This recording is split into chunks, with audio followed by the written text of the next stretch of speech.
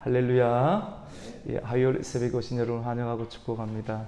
오늘 또 비가 와서 그런지 좀 아프신 분도 있고 또 시술을 하신 분도 있고 좀 그래서 어제보다는 못 나오시는데 우리 한번 인사하고 축복하겠습니다. 잘 오셨습니다. 말씀의 은혜 받으십시오.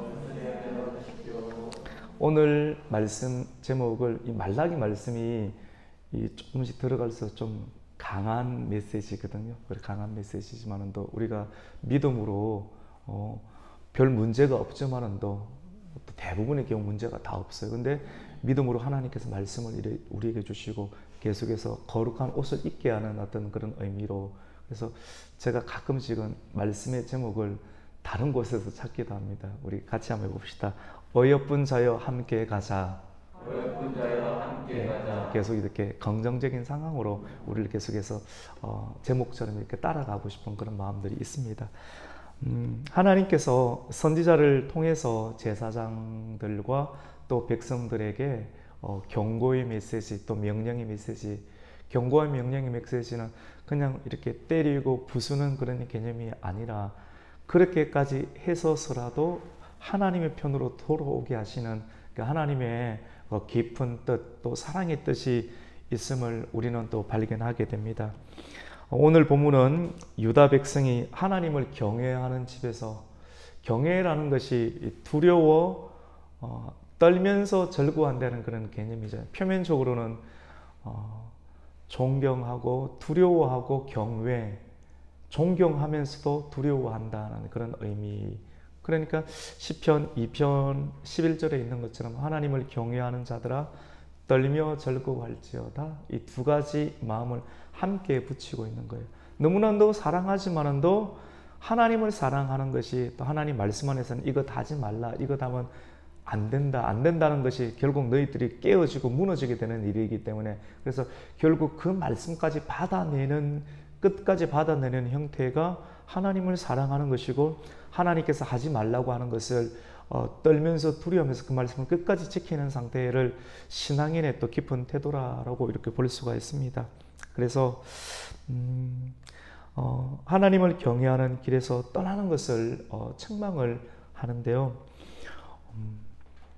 하나님은 이스라엘 백성들이 하나님을 가볍게 여겼으며 또 가볍게 여기고 또 하나님을 멸시했기 때문에 하나님을 경외하지 아니하고 하나님을 떠나갔는데, 그 내용이 어떤가를 밝히고 있는 내용입니다. 우리가 오늘 말라기 본문은 성경 맨 끝에 있으니까 한참 지나서 있겠다라고 싶은데 실제 그렇지 아니하고, 우리가 지난주에 에스라서 내용을 했잖아요. 바빌론 포로 이후에 성전 건축하고 난 그 상황, 성전 건축 이후의 상황 가운데 있었던 이스라엘 공동체, 이스라엘의 교회 내에 있는 그 상황들 속에 말라기 선지자가 하나님께서 말라기 선지자의 입을 통해서 하시는 장면을 우리가 볼 수가 있습니다. 무엇이 문제였습니까? 이방 여인들과 결혼하는 어떤 내용입니다. 어떻게 보면 표면적으로는 남성들에게, 저와 우리 남자 집사님들과 같은 남성들에게 주어지는 메시지지만 가장 크고요. 그 다음에 여성들도 똑같습니다. 이런 메시지, 우리의 전 인생 여정 가운데 일어날 수 있는 하나님께서 우리에게 주시는 그런 거룩한 안전장치라고 우리가 여기시고 이 말씀을 받고 이것이 하나님의 뜻이다 라고 여기면 좋을 것 같습니다. 여러분, 이방 여인과 결혼하는 것이 뭐 그리 큰 죄입니까? 라고 이스라엘 백성들이 하나님께 이야기를 하는 거예요. 하나님께서 이방 여인과 결혼하는 것은 가증한 일이다, 좋지 못한 일이다, 하나님께서 강력하게 명령하는 그런 내용을 두고 이스라엘 백성들이 오늘 10절 내용에 어떻게 이야기를 하냐면, 하나님께서는 한 아버지요, 우리를 만드신 아버지시고 우리의 조상이 아담인데, 아담으로부터 한참 흘러내려와서 이방인이 나뉘게 되고 또 유대인이 나뉘게 되는 그런 상황 속에 결국 혈통적으로 보면 한 아버지 밑에서 이방인이든 유대인이든 하나의 아버지 밑에 있는 형제요 자매인데, 한 아버지 밑에 있는 형제와 자매가 서로 결혼하는 것이 뭐 그리 잘못된 것입니까? 라고 하나님께 되어드는 장면을 보게 됩니다. 여러분 대단하지 않습니까? 어떻게 보면 자기 민족 공동체 위주의 그런 성향을 가지고 있는 유대인들이 죄를 범하고 죄에 대해서 누군가가 지적을 할 때 어떻게 보면 굉장히 선교적인 마인드를 가지고 이렇게 접근하는, 말만 그렇게 하는 거예요. 자기 합리화를 시키는 거예요. 죄인은 언제나 모든 상황을 두고 자기 합리화시키는 그런 경향들을 보게 됩니다. 오늘 10절 말씀인데요. 하지만 우리는 이 성경을 통해서 유대인들이 하나님의 백성이 아닌 사람들을 배우자로 선택하는 사실이 얼마나 그 서술하고 있는 그런 단어와 언어를 보면 얼마나 강한 의조로 띄고 있는가를 우리가 주목할 필요가 있습니다. 굉장히 강한 의조와 단어를 띈다는 것은 자기의 고집스럽게 그것을 내가 취하겠다라고 하는 경향성을 드러내고 있거든요. 선지서 안에는 우리의 심리 또 마음의 그 동기들까지 이런 부분들이 경향성과 단어들의 선택을 통해서 이런 형태 끝까지 나올 수 있구나 하는 것을 성경은 깊게 조명하고 있는 것을 말라기 선지자를 통해서 우리가 볼 수 있습니다. 우리 10절 말씀을 함께 읽겠습니다. 10절 한번 읽습니다. 시작. 우리는 한 아버지를 가지지 아니하였느냐? 한 아버지께서 지으신 바가 아니냐? 어찌하여 우리 각 사람이 자기 형제에게 거짓을 행하여 우리 조상들의 언약을 욕되게 하느냐?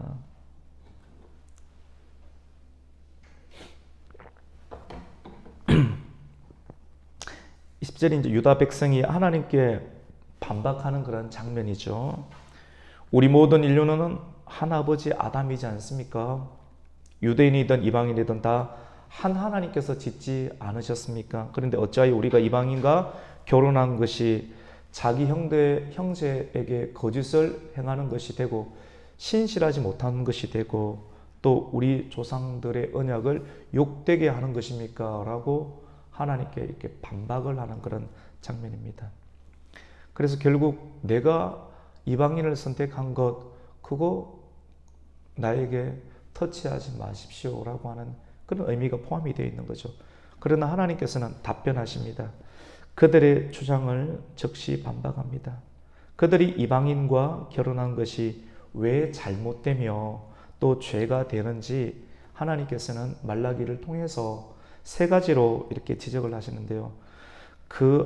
첫 번째로는 그 아내에게 거짓을 행한 신실하지 못한 행위다라고 말씀을 하고, 또 유다 공동체는 가증한 일이다 이 일을 하면, 세 번째로는 하나님이 사랑하는 성결, 오늘 성결로 번역되어 있는데 히브리 원어로 보면 성소를 욕되게 하는 것이다.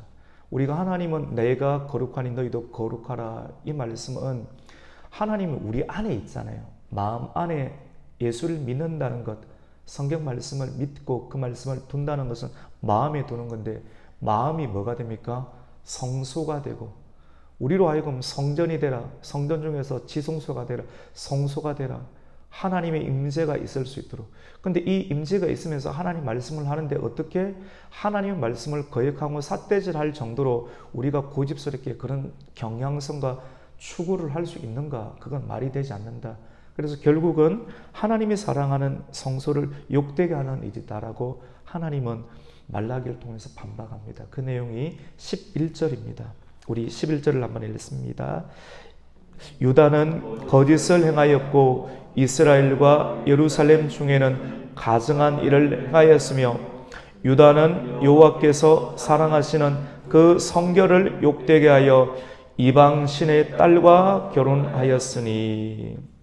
이 내용이 그 내용입니다. 그냥 읽으면 잘 안 들어오죠.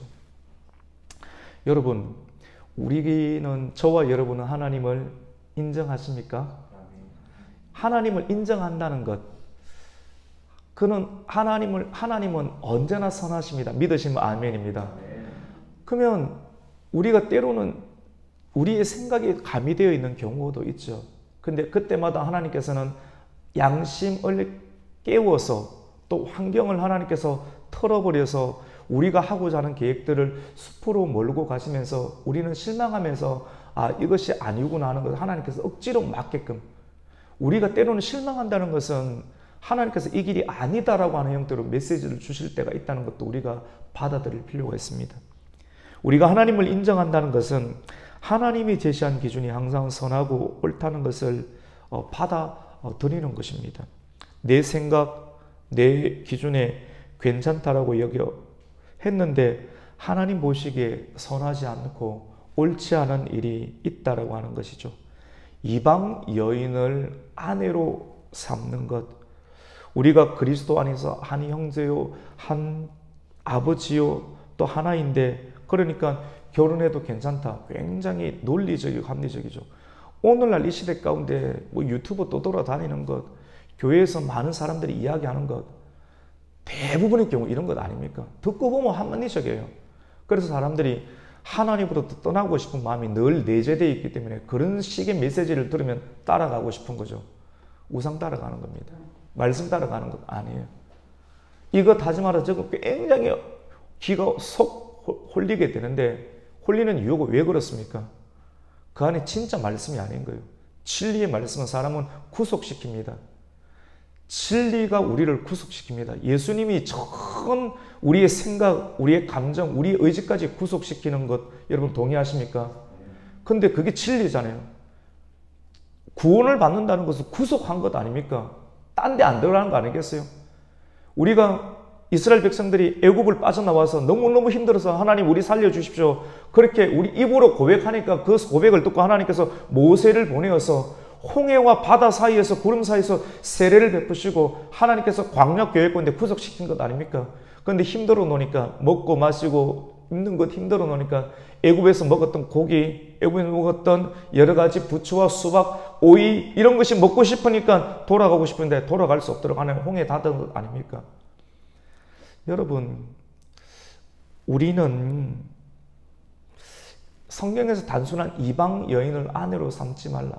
여러분, 이방 여인을 받아들이는 그 순간부터 이방 여인 그 자체가 중요한 거예요. 여인 안에, 하나님을 믿지 아니하는 여인 안에는 우상이 있습니다. 그래서 이스라엘이 두 개로 쪼개어진 것 아니겠습니까? 분열되었고, 하나님의 뜻은 하나인데 왜 자꾸 분열됩니까? 하나님께 원래 구음이 하나였지만도 내 자신을 드러내고 하나님의 뜻에 의해서 하나님 노아의 홍수 그걸 경험해서 이야 우리 언제 또 이래 될 수 있겠다. 그러니까 바벨탑을 쌓고 높이 쌓는 것 아닙니까? 하나님께서 무너뜨리는 것이죠. 구음이 하나인데 무너뜨려져 있습니다. 연합을 해야 되는데 왜 계속 분열이 되고 분열이 됩니까? 그것은 자꾸 하나님보다 우상을 사랑하는 마음이 사람 안에 있기 때문에 결국 분열이 되게 되는 것입니다. 근데 하나님은 그것이 아니다. 그 행위는 가정한 것이니 성소를 더럽히는 것으로 여긴다라고 하나님 그렇게 말합니다. 하나님께서 그렇게 말하시면 우리는 그렇게 옳다라고 여기고 조정해야 할 줄로 믿습니다. 이것이 말씀 따라가는 신앙입니다. 근데 오늘날에는 이렇게 따라가고자 하는 사람들이 있다는 것이 너무나도 귀한 것이고, 그런데 이것에 대해서 정면으로 반발하고 또 뛰쳐나가는 사람들도 있는 것을 보게 됩니다. 여러분, 하나님이 사랑하는 성소는 저와 여러분의 마음인 줄로 믿습니다. 성소를 더럽히면 안 됩니다. 성소를 더럽히면 안 되고 침실도 더럽히면 안 되는 것입니다. 하나님은 우리 마음에 좌정하고 계시며 말씀하십니다. 하나님 우리에게 분명하게 말씀하시기를 나를 사랑하지 않는 자에게 너의 마음을 주지 마라.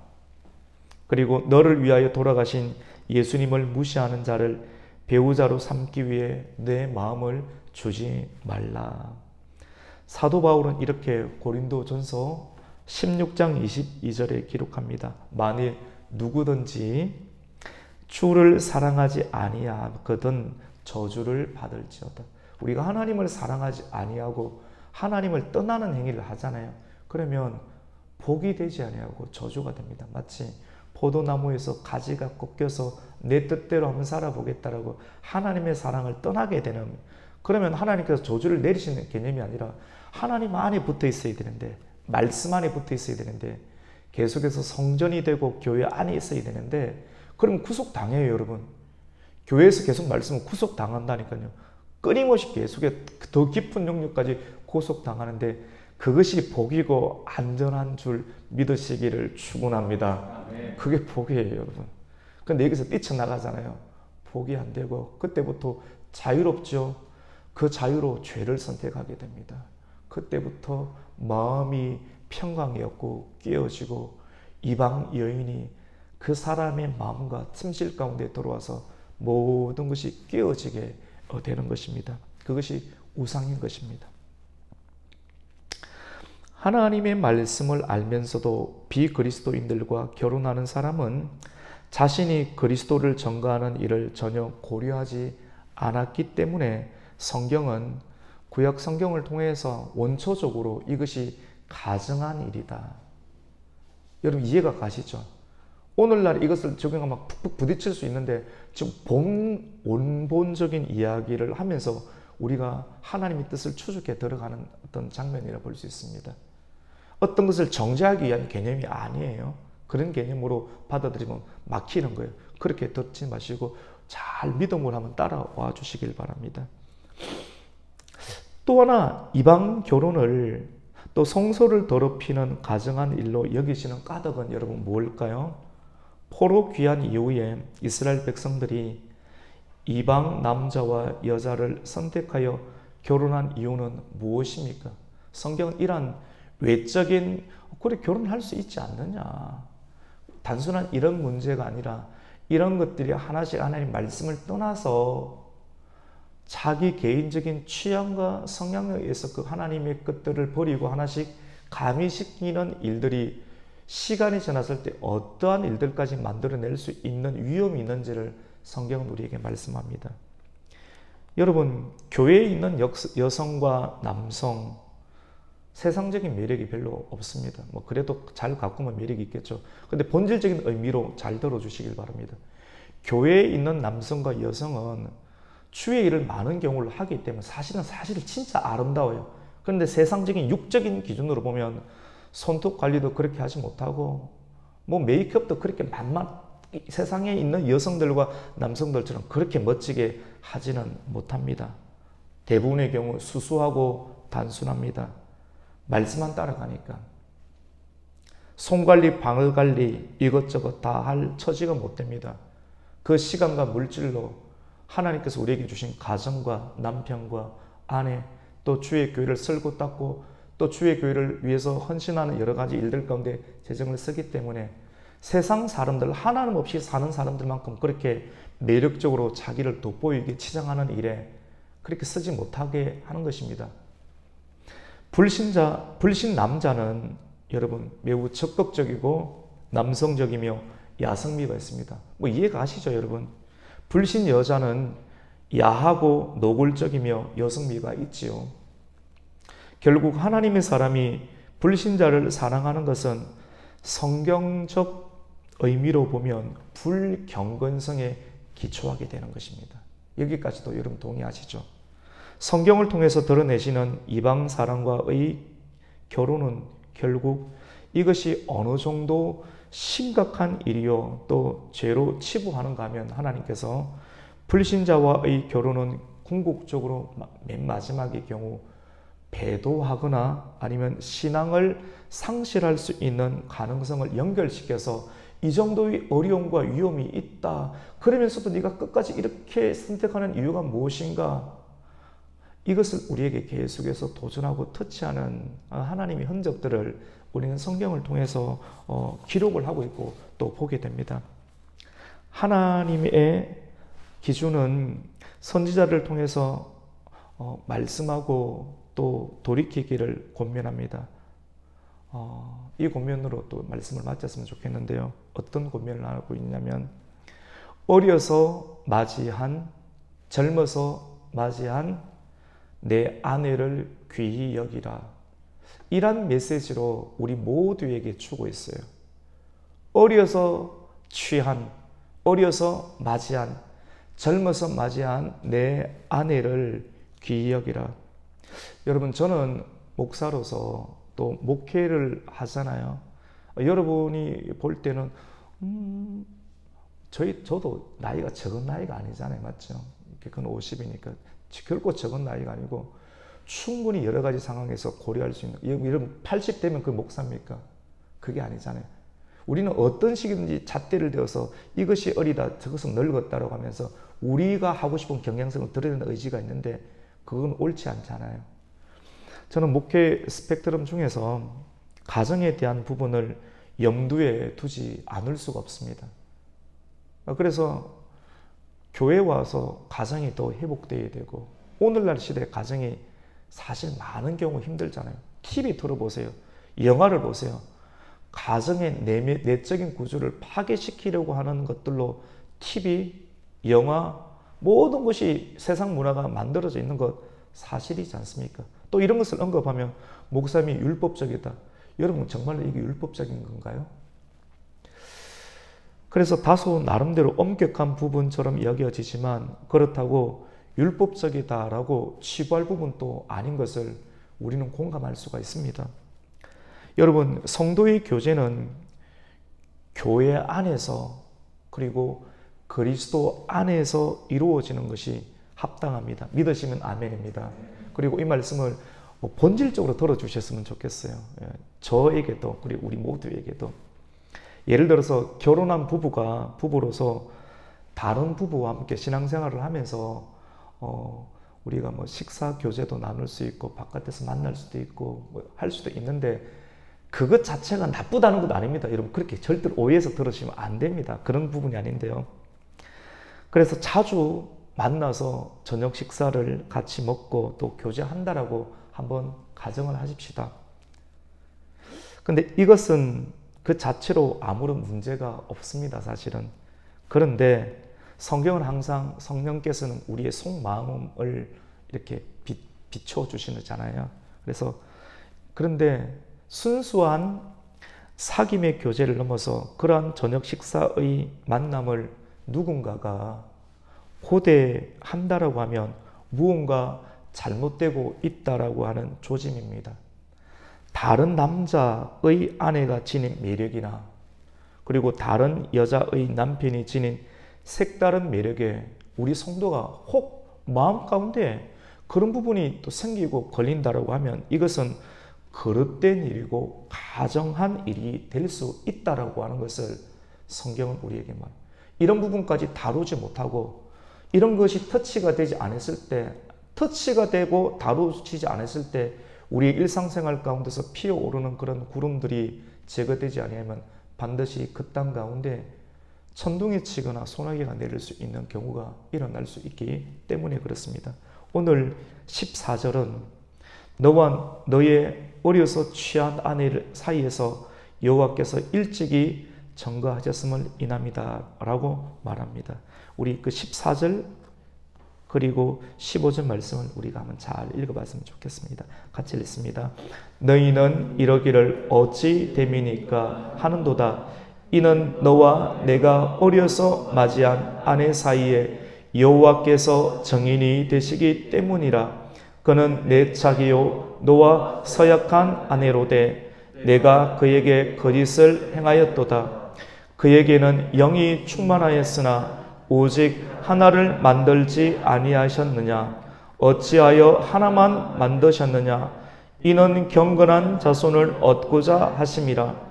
그러므로 내 심령을 삼가 지켜 어려서 맞이한 아내에게 거짓을 행하지 말지니라.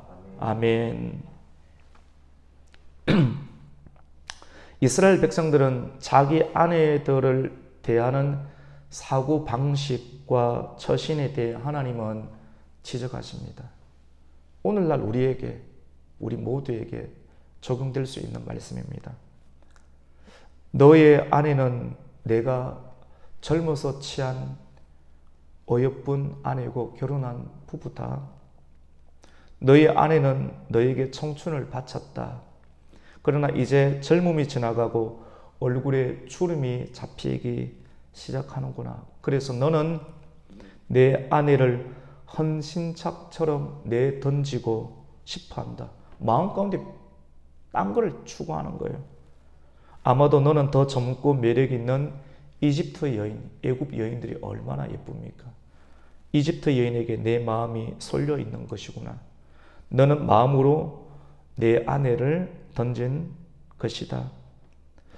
너희 아내는 그래서 지금 눈물과 울음과 탄식으로 여호와의 제단, 교회 앞에 나와서 눈물과 탄식과 울음으로 하나님의 교회를 덮고 있구나. 이것을 하나님께서 보고 계시고 이스라엘을 향하여서 하나님께서 지적을 하고 있습니다. 이스라엘의 제사장들과 이스라엘의 백성들을 향해서 우리가 이 말씀을 대하면서 표면적으로는 남성들에게 하는 것처럼 보이는 내용이지만 우선 남성들 잘 들어야 되겠고 여성들도 똑같습니다. 어려서 취한 아내 소홀히 대하지 마시고 여성들의 아내의 눈에 눈물이 나지 않도록 그거는 남성들의 책임입니다. 어려서 취한 젊어서 취한 아내가 얼굴이 쭈글쭈글해지고 외형적인 매력이 없어도 더 사랑하고 더 아껴주고 더 손을 잡고 더 챙겨줄 수 있는 은혜가 있기를 주님의 이름으로 축원합니다.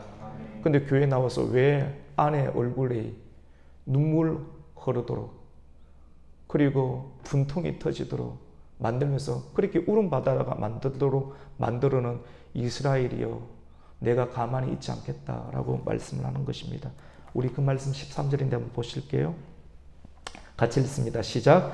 너희가 이런 일도 행하나니 곧 눈물과 울음과 탄식으로 여호와의 제단을 가리게 하는도다. 그러므로 여호와께서 다시는 너희의 봉헌물들을 돌아보지 아니하시며 그것을 너희 손에서 기꺼이 받지도 아니하시거늘. 여러분 요즘 좀 무서운 시대입니다. 남성들이든 여성들이든 바깥에 나가서 먹고 마시는 문화 분별하지 아니하면 그래서 여러분 이런 메시지 들으면 와 목사님 되게 여러분 율법적이지 않습니다. 저도 되게 자유스럽습니다. 그런데 하나님께서 우리에게 허락하여 주신 그런 자유를 하나님과 동행하는 길로만 가야 되지 내 길로 조금만 벗어나면 무조건 넘어지고 걸려 넘어지게 되는 것입니다. 이러한 일을 하게 하는 성도여 너희 심령을 삼가 지켜 거짓을 행하지 말지어다. 마지막 말씀을 합니다. 우리 16절 말씀 같이 읽습니다. 이스라엘의 하나님 여호와가 이르노니 나는 이혼하는 곳과 옷으로 학대를 가리는 자를 미워하노라. 만군의 여호와의 말이니라. 그러므로 너희 심령을 지켜 거짓을 행하지 말지니라. 아멘. 같이 봅시다. 사랑하는 어여쁜 자여, 일어나 함께 가자. 이 메시지 듣고 보니 결국 이 메시지죠. 우리에게 주어진 젊어서 어려서 하나님께서 맞이하게 한 표면적으로는 아내의 눈물에 얼굴에 눈물이 끼도록 남성들은 만들지 말아야 되고 여성들도 마찬가지고요. 남성들이 벌어왔던 돈으로 바깥에 나가서 돌아다니면서 이것저것 쓰면서 우리의 마음을 또 대리적으로 또 하는 것도 굉장히 주의해야 하며 늘 중심을 잡자라고 하는 겁니다. 그래서 교회 신앙생활 또 그리스도 안에서라고 하는 영역을 들으면서 우리가 교회 바깥에서 이 모임과 만난 모든 상황들 속에서도 어디를 가든지 여기 하지 말고 여기가 이 율법적인 걸 뛰어넘어서 궁극적으로 우리가 다 살아나야 되는데 모든 상황 속에서 그리스도와 동행할 수 있는 은혜가 있기를 축원합니다. 여러분 처음 신앙 젊어서 제가 이 말씀을 묵상하고 또 기록을 하면서 젊어서 취한 아내 그럼 이것이 꼭 남성들 물론 맞죠. 근데 젊어서 취한 아내를 귀히 대하고 끝까지 가야 되고요. 그러려면 굉장히 무겁게 대해야 돼요. 영광이면 끝까지 존중하고 사랑하고 항상 함께하고 내 뼈 중에 뼈니까 끝까지 함께하고 또 거의 많은 것을 다 공유합니다. 저는 다 공유해요. 숨기면 싫어하잖아요. 속상하잖아요. 그 다 공유해요. 그래서 늘 남편의 마음을 아내가 신뢰할 수 있도록. 제가 해보니까 남성은 돈 많고 이거 많고, 물론 여성들이 그런 것도 좋아하는데요. 진짜 여성들이 속 딸려오는 것은 남성이 하나님 앞에 진실하게 서 있을 때 뼈에 뼈로 들어와요. 제가 해보니까 이게 당당한 거 아니겠어요? 남자가 하나님 앞에 제대로 서 있고요. 딱 서 있는 걸 보면 여성은 불 가운데로 또 따라옵니다. 좋은 것 안 해도. 이런 남성들이 없으니까 여성들이 다른 걸 원할 수도 있어요. 진짜 하나님 앞에 바르게 딱 서 있으면 나머지 부분들을 얼마나 또 잘하겠습니까? 어려서 취한 아내의 얼굴에 눈물을 흘리지 아니하도록, 교회에서 눈물을 흘리지 아니하도록 한다고 하는 말씀. 우리가 찬송가 가사처럼 나의 사랑하는 채 비록 헤어졌으나 어릴 적에 부모로부터 젊어서 취한 하나님 말씀과 하나님을 떠나지 않는 저와 여러분 되기를 축원합니다. 다양하게 적용할 수 있죠. 그리고 처음 시작할 때 함께 고생했던 사람들을 잊지 않고 함께 끝까지 사랑하는 목회자의 입장에서는 끝까지 사랑하는, 젊어서 취한 사람들, 어려서 취한 사람들, 아무것도 없을 때 하나님께서 허락하신 사람들, 신앙, 아내, 성도를 귀히 여기며 함께 끝까지 예수의 흔적을 몸에 지니면서 우리가 실패하지 않는 인생, 또 신앙생활을 할 수 있는 저와 우리 성도가 되시기를 예수님의 이름으로 축원합니다. 아멘. 하나님 감사를 드립니다. 오늘 말라기 2장 말씀을 통해서 우리에게 권면해 주시는 말씀을 은혜로 잘 받고 또 되새기고 또 생각하고 기억하면서 우리가 침륜과 패륜의 길로 후퇴하는 일이 나타나지 아니하고 날마다 믿음으로 찬찬히 전진해 나가는 하나님의 사람 되게 하여 주시옵소서. 누군가의 얼굴에 눈물을 흘리게 하는 사람이 되지 않게 해주시고 함께 격려하며 사랑하며 끝까지 우리가 헌신할 수 있는 거룩한 지체가 되게 하여 주시옵소서. 예수님의 이름으로 기도드립니다. 아멘.